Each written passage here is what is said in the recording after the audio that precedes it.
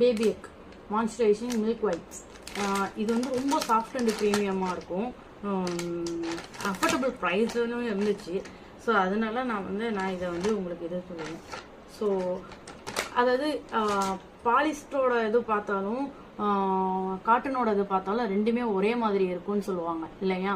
So நமக்கு polyester எப்படி cotton எப்படிங்கிறது நமக்கு கண்டுபிடிக்கணும் அப்படின்னா உங்களோட வயசில் ஃபஸ்ட்டு வந்து நீங்கள் எப்படி புரிஞ்சிங்க அப்படின்னா காட்டன்னா வாட்டர் ஃப்ளோ ஆகிட்டே இருக்கும்.